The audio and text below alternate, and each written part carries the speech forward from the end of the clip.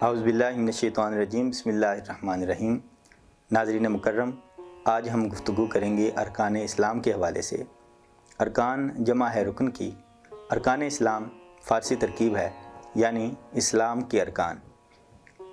اسلام کے بنیادی ستون وہ چیزیں ہیں کہ جن کے بغیر اسلام نامکمل ہوتا ہے، جیسا کہ حدیث جبرائیل میں ہے کہ حضرت جبرائیل علیہ السلام سرکار علیہ السلام کی بارگاہ میں حاضر ہوئے اور عرض کیا مل اسلام، تو سرکار علیہ السلام نے ارشاد فرمایا کہ اللہ تعالیٰ کی عبادت کرنا اور اس کے علاوہ کسی کو عبادت کے لائق نہ سمجھنا، اس کا شریک نہ ٹھہرانا، اور نماز قائم کرنا اور زکوٰۃ کی ادائیگی کرنا، اور اس کے علاوہ رمضان کے روزے رکھنا۔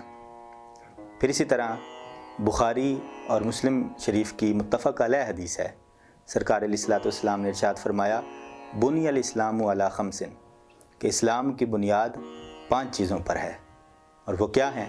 فرمایا شہادت اللہ الہ الا اللہ، اس چیز کی شہادت دینا کہ اللہ تعالیٰ کے علاوہ کوئی معبود نہیں، وَأَنَّ مُحَمَّدَ الرَّسُولُ اللَّهِ، اور سرکار علیہ السلام اللہ تعالیٰ کے رسول ہیں۔ اس چیز کو زبانی، اس چیز کا اقرار کرنا اور قلبی طور پہ، دلی طور پہ اس چیز کی تصدیق کرنا، یہ اسلام کا پہلا رکن ہے۔ پھر فرمایا وَإِقَامِ الصَّلَاةِ، اور نماز کو قائم کرنا۔ پھر فرمایا وَإِيتَاءِ الزَّكَاةِ، اور زکوٰۃ ادا کرنا۔ پھر فرمایا وَحَجِّ الْبَيْتِ، اور بیت اللہ شریف کی زیارت کرنا۔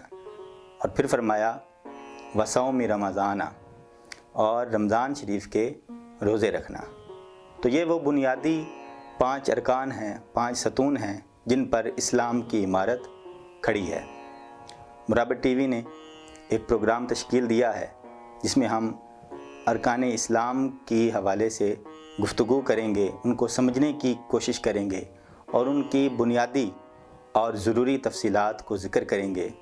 آپ ہمارے ساتھ جڑے رہیے، انشاءاللہ تعالی اللہ تعالی ہمارے اس عمل کو قبول فرمائے گا، اور ہم دعا کرتے ہیں کہ اللہ تعالی ہماری اس حاضری کو اپنی بارگاہ میں قبول منظور فرمائے۔